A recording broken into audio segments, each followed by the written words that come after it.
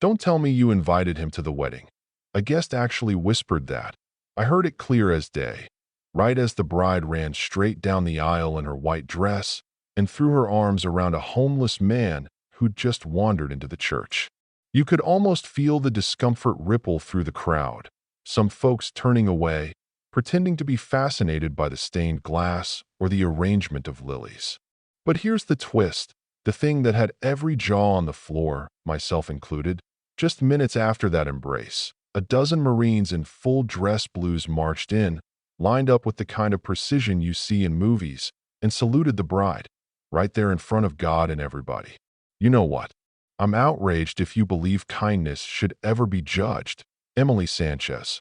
Now there's a name you'd hear every morning before sunrise around San Diego if you spent time on Adams Avenue.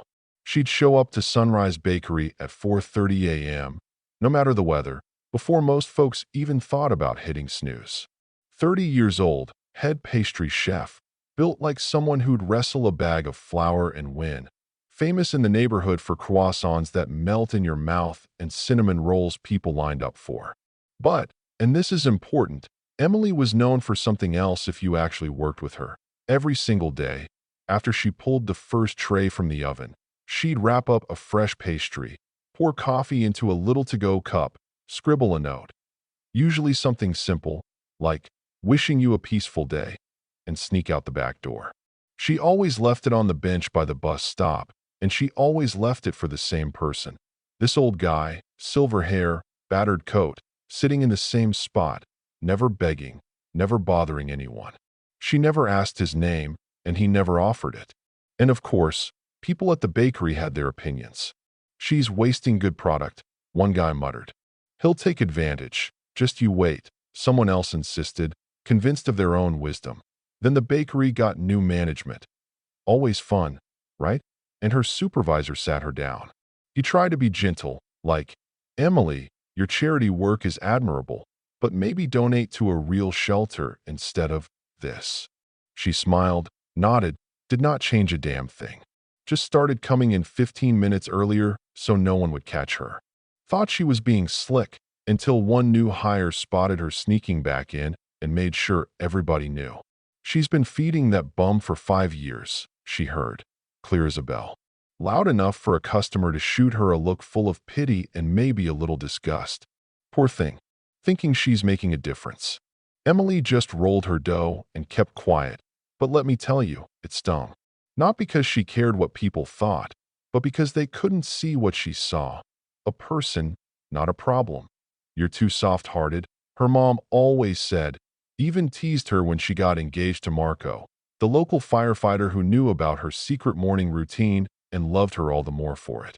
Marco helped strangers his own way, always had time for lost dogs, never let a neighbor's trash can stay out past noon. You know the type. Emily knew that giving didn't need an audience. It was about seeing the invisible people everyone else stepped over. Ever watched a good person get mocked for it? Yeah, it's so unfair. Emily and the old man never talked. Just exchanged those brief nods, little glances. But one winter morning, pouring rain, she saw him shaking, left her own scarf with his breakfast. Next day, for the first time ever, he left her a note. Thank you for seeing me as a person. She kept that slip of napkin in her wallet, a tiny armor against the world's coldness. When her wedding day came, of course she ordered the cake from Sunrise. Invited all her co-workers. Marco teased her. You're basically inviting half the city, but he was all for it. Then, 2 days before the big day, a strange envelope showed up at the venue. No return address, just Emily Sanchez written in neat, old-school penmanship.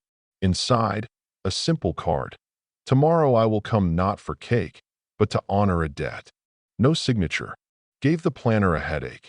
Gave Emily a weird feeling she couldn't shake. Day of the wedding, she's in the bridal room, heart pounding, makeup perfect, peeking out the window at all the guests showing up in their Sunday best. And there he is, her guy from the bench, wearing a suit that had seen better days but was pressed, shoes polished, hair combed. For the first time she really saw his face, lined with age and something like sorrow, but standing tall. A hush fell over the entrance as people whispered, "Who invited the homeless man? Is he looking for a handout at a wedding?" Emily didn't care. She just hiked up her dress and ran to him, wrapped him in a hug. "I still remember your eyes. The first time in 2017, she whispered. The old man smiled, and it lit up his whole face. "And I remember every morning you treated me like a human being," he said, and his voice was strong, steady, not at all what she expected. She linked her arm with his, ready to walk inside, but the planner tried to block her, all flustered. Suddenly, cars screeched to a halt outside the church. The double doors swung open, and in marched a full squad of U.S. Marines, dress uniforms crisp, boots shining, faces grave. "You ever misjudge someone?"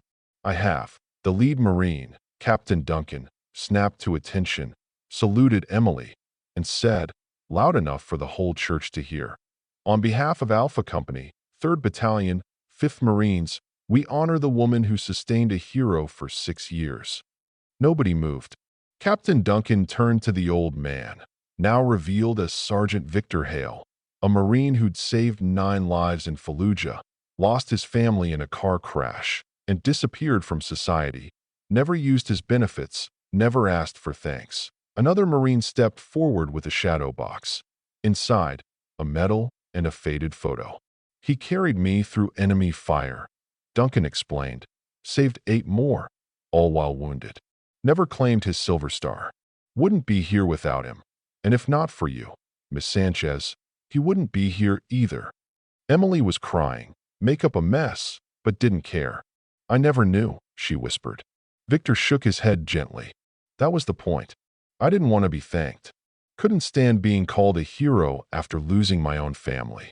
But you never asked, never judged, just fed me, left notes, gave me a reason to wake up." The Marines formed an honor guard down the aisle. Captain Duncan faced the crowd. Emily Sanchez never knew she was helping a decorated hero. She helped a person, without question, every single day. In the Corps, we say never leave a Marine behind. She lived it better than some who wear the uniform. A bridesmaid burst into tears, stepped forward. She paid for his pastries herself, never told anyone. Another co-worker, embarrassed, admitted, "We teased her." A guest stood, shaking. "We're witnessing more than a wedding. It's a homecoming." Victor turned to Emily. "I came today to give you the only gift I have, my presence, my truth, and my gratitude. I knew about your wedding, overheard you tell a customer, and called in a few friends." Marco, the groom, finally stepped up, tears in his eyes, held out his hand. "Sir, would you walk my bride down the aisle?" If you've ever gotten something huge from a small act, you know what I mean. After their honeymoon, Emily and Marco didn't go back to the bakery. They used their wedding money to start the Quiet Table, a breakfast service for homeless vets, no fanfare, just a wooden sign. Feeding one person feeds a life that matters. Victor never showed up again, but every month, Emily got a postcard. Every breakfast is a salute. "Thank you, Emily." Duncan later explained Victor was finally getting VA help, reconnecting with the world that on their first anniversary, the Marines showed up at the Quiet Table, this time in civvies, each holding a single flower. "We'll be volunteering," Duncan announced, "because this honor belongs to all of us." Now, every vet in the city knew about the place. A meal, no questions, no judgment. Dignity served with breakfast. Above the counter, Emily framed Victor's note. "Thank you for seeing me as a person." Underneath, her own words. "Everyone who sits here has a story worth knowing." 6 months in, the news wanted interviews. Emily declined. "It's not about me," she told them. "It's about seeing the invisible people we walk past every day. On rough mornings, short on food or help." Emily remembered that wedding day, the Marines saluting her for simple kindness. That's what kept her going. Marco got it. Heroism wasn't about headlines. It was the quiet habit of showing up, offering something, not for thanks but because it's right. "You know," Marco said once, locking up at night, "when I married you, I got you a dozen Marines and a new family." Emily laughed. "The best kind of family," The kind you choose, the kind that chooses you back. I will live with kindness if you believe a small meal can save a great soul. Heroes sometimes live and die without an audience, unless someone like Emily chooses to see them. Some debts can't be paid with money, only with dignity, and seeing a person as human. Emily never needed to know Victor's past. She just saw a tired face, an empty stomach, and worth. That small act saved a life and reminded a battalion that heroes aren't always in uniform. Sometimes they're under an awning, sharing breakfast in silence. The people we pass on the street, maybe they once taught, healed, or protected us. Hard times don't erase who someone is. Show kindness, not for applause, but for those moments when you witness something bigger than you ever expected. In a world obsessed with spectacle, remember, sometimes the greatest heroes eat alone. Type, I'm outraged, if you believe kindness should never be judged, and let's hear what justice means to you. Because